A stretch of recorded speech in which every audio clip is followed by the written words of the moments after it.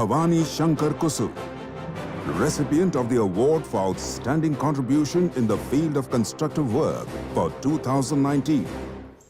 सारा जीवन अंधकार में है यदि आकांक्षा न हो, सारी आकांक्षाएं व्यर्थ हैं यदि ज्ञान न हो, सारा ज्ञान अर्थहीन है यदि कर्म न हो, और सारा कर्म खोखला है यदि प्रेम न हो।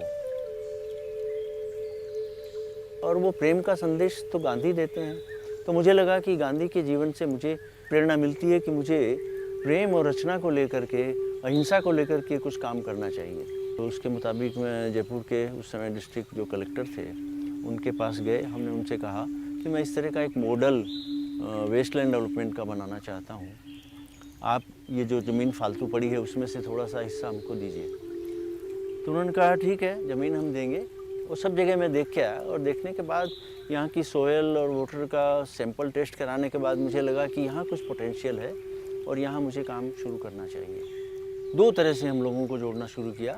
हमने साल में एक बार कम्युनिटी मीटिंग आयोजित की, और दूसरा यूथ कैंप यहाँ ऑर्गेनाइज करना शुरू किया, और वो श्रमदान भी करते थे।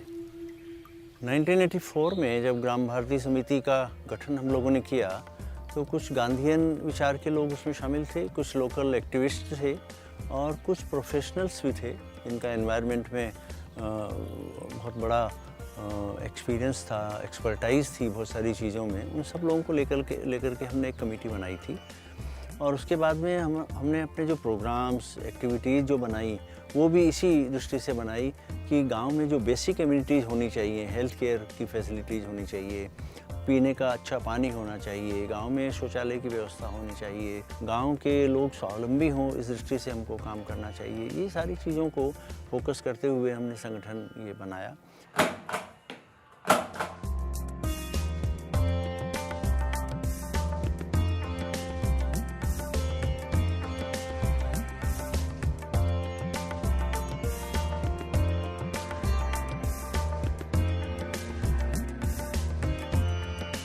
इसी के साथ साथ जब बच्चों के लिए उन्होंने कहा कि हमारे एक स्कूल है इलाके में और वहाँ भी साधन नहीं है, बैठने की जगह नहीं है, एक ही टीचर था उस समय, और लेकिन वो पूरी मेहनत के साथ, डेडिकेशन के साथ वहाँ बच्चों को पढ़ाते थे। लेकिन एक छोटे से टिन शेड के बने हुए कमरे में उनका वो स्कूल चलता था।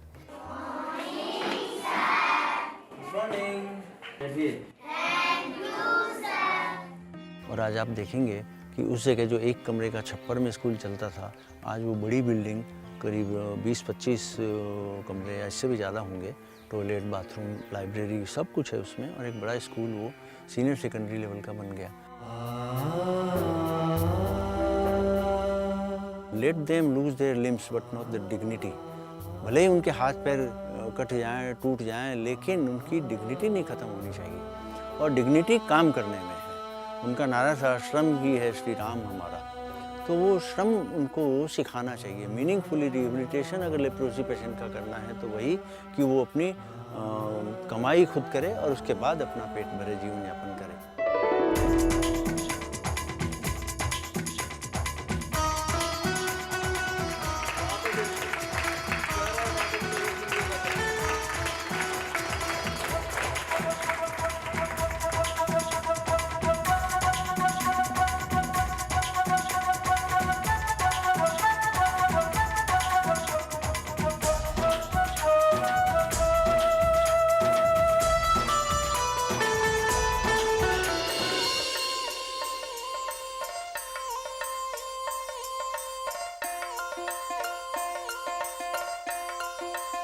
मेरे जीवन को जो दिशा दी है सबने, इसके लिए मैं सर के प्रति इतनी आभारी हूँ कि धन्यवाद शब्द तो बहुत छोटा होता है।